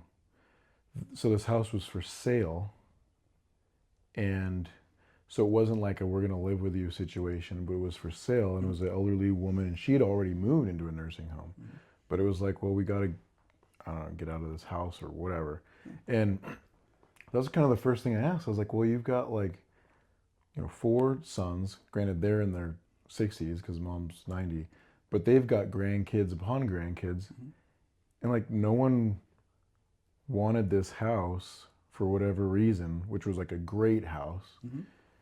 And so I just said I can't get lending like the traditional. You walk into the bank and they lend you all this money, which I like less and less anyway. Sure. I hate that, but I said, look, I've got this, and I had 10% down at the time in cash. I let them check out my credit. I looked this, and I actually offered them an owner carry. And they actually ended up countering to me with, well, we're not, because they didn't know them for anything. They liked our pictures, they liked all this stuff. We looked good on paper, but I get it, like, you don't know. And we'd like to retain ownership of the house, but how about you rent to own? Like, we agree to this price. It's not going to go up. Yeah, that's with the market. That's the most important thing, I think, is just putting a cap on the price, because every 10 weeks, I said they create another $1 trillion out of nothing. So that goes, first place that goes into stock market and real estate. So that price on that house is just going to continue to outpace any possible way you could earn the money. So that's the first thing you want to do is, I'll rent to own, but here's the price. And then, even though if it sounds high, let's say it's $300,000, you can't really afford that, but you're in this job, you have some financial security as far as the job goes, some job security, and then if you could just limit that house price and start paying on it, and then you never know, they might even someday even negotiate it down, but because it's at least it's not going up. It's like the metals, which, so now you're in an asset. You don't own it or whatever yet, but you've capped that price. You've got I think it wasn't a rent to own. We got an option on the house or whatever, but like same diff, where the option was for the next so many years, they cannot sell it to anyone else. And if I come up with the money, they have to sell it to me at a certain price. So now, but say that was a 20-year thing. As it inflates, hopefully some of my income somewhere is inflating, not as fast as everything else, but that's going to stick down. And then now that $300,000 is not really that much because it's not that Well, much and now. I would say, you know, if they do have, let's say, in that situation where they have grown children that are in their 60s or whatever, don't try to be all secretive. Be like, hey, I've approached your parents and I've offered to, we've agreed on this price, and I'm going to rent to own, Yeah. and you know what, I'm going to take care of them too. They'll be like, hey, I like that. And that, yeah. You know, and if you're the type of guy that they can call you on the phone, how's mom and dad? They were going to, and so you want to be that person. You want to be the whole family when they call to check on, you know, grandma and grandpa. They're going to be like, well, what's the real story? And they're going to talk to you. Yeah. You want to be that guy. So you're not the enemy. You're actually helping, and that money's coming in. Like the purchase price of that house, that money's coming in, and so maybe so you're not cutting them out of anything. You know what I mean? No. You're Especially because especially if they're older, if they'd wanted it, they would already Sure. bought it. Yeah, they They would. already set it up. But they're not gonna put their own parents out or whatever. So Yeah. most people are very True. Yeah. reasonable in that respect. But just if anyone was thinking that, you know, how would that work if they have children? I would just get ahead of it. And, We'll just be open. and talk That's what to 'em. they were. This is They what were asking like three. No. What were they asking? I don't know, $299. So my approach has always been whenever I've owned or carried or done this option thing, is to give them exactly what they want or more, as like this good faith. Like I know everyone's trying to lowball you or whatever. Is like you want $299. I was like, I'll buy this for $300. Like not like tons more because I'm not trying to pay all that much either, but to show you like I'm not a scammer, I'm not a whatever, and I understand I'm asking you something that's a little bit unconventional, and I'm asking you to kind of have faith in me and all this stuff, and for that I'm not going to lowball you. right. And like I said, what you're doing is locking in a price so that it just doesn't keep running. That's the problem right now. Everything's running away from you. Way faster than a you can. car, Yeah. a new car is running away from you. A house of any kind, old, new, whatever, is running away from you faster than you could ever earn that money in a job. And so, yeah, you got to do something to lock in a price, and that some future date, like at 300, sounds crazy, but at 2 or 3 years from now, 300 is going to sound cheap. And, Yeah. And at least it's not now 450, because that's what's Yeah. going to happen if you don't somehow, like I said, think outside the box and do something unconventional. It's not going to work out. And that's the whole point, is try to give particularly young people or anybody trying to start over some kind of hope that there's a way to do Yeah. something. And what was cool is, this option, I think I forget what we did, but it was kind of like, okay, I really need my payment to be this much, and I'm going to pay you this much toward, I forget the deal exactly. But the cool part that I wanted to mention was they came back to me, they like negotiated themselves down because we were so upfront and so honest about like, this is what we're trying to do, that they said, you know what? They made the payment a little cheaper. No. I said, I'll pay you $1,500 a month, but can 300 of that a month just go towards the down payment, whatever. And they came back and they're like, no, just pay us $1,000 and just save that. So that way you're not stretching yourself by paying us even more and we're putting it towards, just save that and then whatever. And I was like, wow, really? Like, so it made the house even cheaper per month, and then I could use that on groceries or save it or whatever I needed, and it made it even easier. But that was because of being upfront and not trying to be squirrely on everything else. Yeah. No, that's like I said, that's Which wasn't exactly- guaranteed. I mean, That's exactly what you want to do. I feel sorry for anybody that's in a position where they have to negotiate a purchase price from their own parent. I think just really quickly, that is evil. I think to sell your own children your own house. I think, and you can't. There's no way you can support that from Scripture. I have it engraved on a rifle, M1 rifles. I believe it's Psalm 92. Anyway, a good man leaves an inheritance to For his children's children. Yeah. So, being a good Westminster Confession guy, the reverse, the flip side of that is a bad man doesn't, or a bad man makes his children buy their own inheritance. Okay, so don't be the bad man. Be the good man, and love your children, or don't expect them to take care of you, or expect them to drop you off at the nearest nursing home and never see them, again, because that's what you're setting up. So what do you tell the guy that's like, well, but I believe, I don't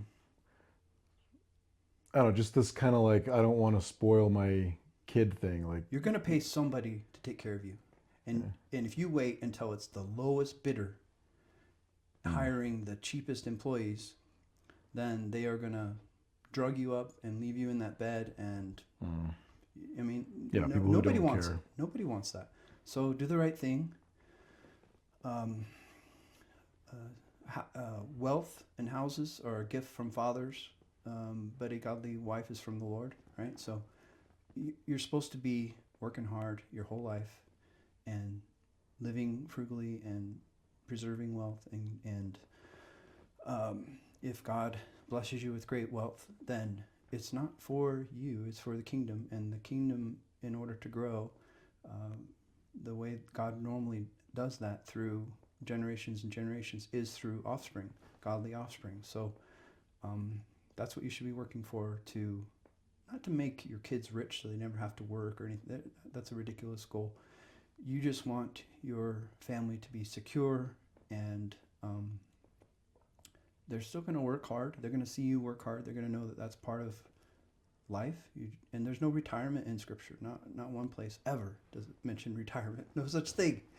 The closest thing is, I believe, for the Levitical priests, when they were 55, they had to retire from the actual slaughter of the animals, because I guess maybe some guys were not willing to give it up. Like, I've been doing this my whole life, and I'm going to keep doing it, Like, nope, right here, God says at 55, you're because they're dangerous. You know what I mean? Those are the guys that on a that won't give up power. Yeah, they won't give it up. And so that's the closest thing, but Scripture just says old guys they're not supposed to be. They're not expected to work as hard. It makes sense that, right? Is like, why would you ever retire from adding value, which is all work is taking whatever this environment is and creating even more value that other people can use.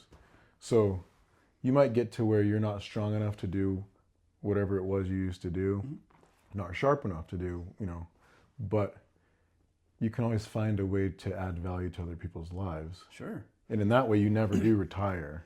Well, and just be a consumer. We expect to hit 65. Now I'm going to consume everything I put in. I'm going to take it all back out. Right. Which I would say is evil. Yeah, if you're just doing it for yourself, absolutely it is. And like I said, nobody gets away with that. God judges everyone, so nobody, even the rich man who it seems like, he's got it all. And when he dies, his name dies with him, and he's gone. So nobody gets away with it in the end. But that always bothered me if someone's plan is to sell their kids their own house. I'm like, goodness. I just want to grab them and say, "Oh, are you crazy?" Because I mean, what a way to push your kids away from you. Well, that's exactly what it does. Yeah. I've seen people that they think they're going to live off of their kids, and not because we love each other and they're going to care for me even though I don't have anything to give back. It more just, they're going to they're going to set their kids to the plow and extract from them. And their kids resent them like crazy. And who wouldn't? That's just the way you would. That's what would you expect? That's what you would expect. And they sell stuff at fair market value to their kids, which, a lot of people, we've almost built that into this like capitalist like virtue, and it was like, that's just gross. Like, give it to them, or maybe like, okay, so if I wanted to give my kids this house, I couldn't right now because I owe on it. But do something like, you pay the bank off, it's yours. It's worth twice that, but you pay the bank off and it's yours. But to try to, I don't know. But, Oh, it probably among the things that anger me the most. That's right up there, and and I could even see my dad maybe like 20 or 30 years ago. He'd have said something like that. yeah. He'd be like, "Well, one of these days I'll move to the beach and I'll sell this place to you," and And try to make it like this virtuous, like, I'm going to make you soft right. if I'll give you a good deal or whatever. But I gotta have money because I'm going to the beach and it's expensive, and I gotta live there. So they would justify it. But in reality, I mean, why would you be leaving your family to retire at the beach for starters? Where do you find that in Scripture? Abraham, Isaac, Jacob all lived together. In the end, they, Isaac left for a long time, Jacob left for a long time, but they always came back. So that was home. Wherever their father was, grandpa was. And Jacob wasn't at the beach. No, he wasn't at the beach. Retired at the beach. We just have this terrible sense of entitlement that when you work your whole life that you're entitled to this, beach with Mai Tais and labor-free retirement, and there's nothing in Scripture even remotely like that. What you're making me when I first got married, so I was 25. That's how old I was. I wasn't even married yet, but we were engaged and we were looking at like where we're gonna live. Luckily, I ended up buying a house, but at the time it was in the same neighborhood too, and there was this house. And we're like, oh, it's for rent. Like, let's go look at it. And this old guy, he was the owner, and I probably would have rented it.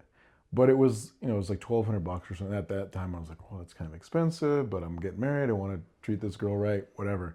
But as we're walking around the house, he starts showing me all these pictures of these, like, I don't know, Italian vehicles and like all this, because he like races. He has all these candy-coated cars and all this stuff, and he was just bragging about it. It's like, oh, wow, that's really cool. But his whole thing was like, yeah, like you guys are going to, he's like, people like you are going to pay for me to go play and do all this stuff. And in a sense, I was like, I kind of get that because we've built our society where like, I pay for you and then he pays for me and this pyramid thing. But his just gloaty, I had a guy braggadocious. I was like, screw you. I had a guy I'd pay twice as much to not live in your rental. Yeah. I was walking out with my coffee one time, and of course I have my oil field clothes on, FRCs. And this old guy, like 75 maybe, he's like, thanks for working to pay my Social Security. And I was like, that's what he said to me on his way. I didn't know the man. That's what he says to me as I'm walking out the door and he's walking in. Because obviously I'm headed to work. Yeah. And I just wanted to, part of me wanted to turn around and like. Was he like genuine or is he being kind of sarcastic? He's joking. Yeah. But at the same time, like, yeah, I wanted to grab him and say, no one's going to be working to pay my Social Security. Like, that's going to be gone. Yeah. So basically, you just thanked me for stealing from me money that I'll never receive back. Yeah. And it's a very hurtful, offensive thing to say to a young person because everyone under 50 knows they're never going to get it. And even the ones that do get it, you pay in $1 million over your lifetime. And you start taking it in the end, you start receiving that money and maybe you get a third of it back before you pass away and then it's gone. Yeah. It's not like you can leave it to your kids. It's the most heinous, just destructive thing, I think, Social Security.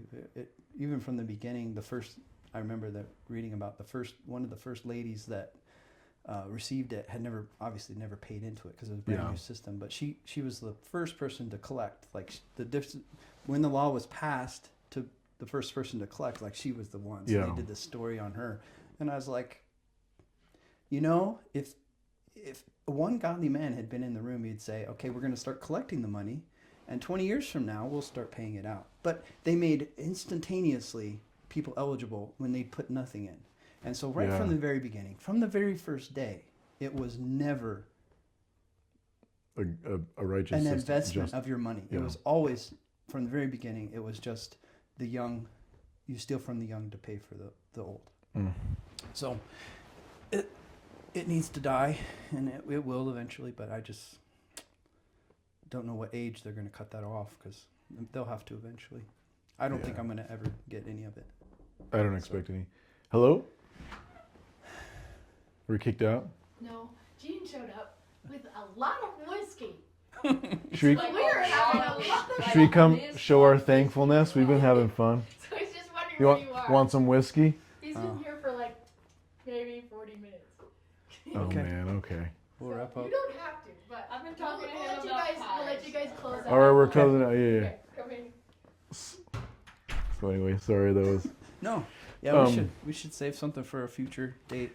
No, that's fun. Any last thing you want to say on this idea or? No, just I watched your segment last. I watched it. I think you did it last week on sawdust, like Yeah, ways yeah. that you should take a look at your life, and anything that might right now be waste. How can you turn it into Profit, an opportunity, valuable or opportunity, yeah. or profit? So obviously, I'm thinking about my life. Like there's not anything, you know. But we live on 86 acres, and we every year we just have a herd that comes in and grazes everything down, and then we sell some hay in the summer. Not ever make any money. It kind of offsets our costs as far as water and taxes and stuff. But I'm like, hey, price of beef is way up. We should probably become cattlemen again, you know. I'm thinking, yeah, we should do that. And so now I'm kind of putting pen to paper, pencil to paper. I'm like, hey, we should have been doing this a long time ago. Like we're really missing out here, you know. So Nice. I'm all excited to get some more cows, Nice. start a herd again. Yeah, that's So, exciting. Yeah. That's well, in that story I tell you how we started our like trucking company. Yeah. With the tires. Yeah, and so we had all these trailers, and it's like, yeah, we can put them to work. So just start thinking like, what I feel like everyone probably has several things that they treat as waste that if they just rethink it is value and can add value that turns into money or just some other type of value to people's lives. So Yeah. No, I enjoyed that's that. awesome. Enjoyed Thanks. that, so. Thanks.